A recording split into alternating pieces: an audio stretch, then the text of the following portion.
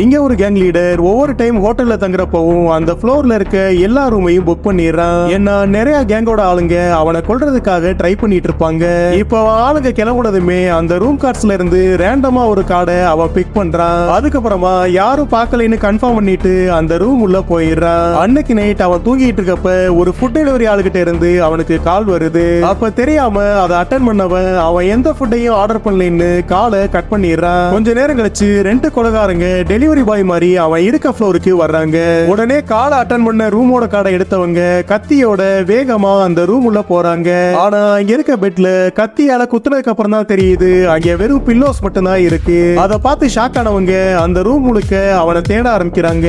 அப்ப பாத்ரூம்ல இருந்து தண்ணி சத்தம் வர ஒரு கொலைகாரன் பொறுமையா அந்த டோரை ஓபன் பண்றான். பார்த்தா டோரோட மேல் பக்கமா கேங் லீடர் ஒரு ஸ்டிக்கோட அவங்களுக்காக ரெடியா வெயிட் பண்ணிட்டு இருக்கான். சரியா ஒரு கொலைகாரன் உள்ள வந்ததுமே அவன் தலையிலேயே அடிக்க அதை பார்த்து ஷாக்கான இன்னொரு கொலைகாரன் அந்த இடத்தை விட்டு தலை தெரிச்சு ஓடிடுறான்.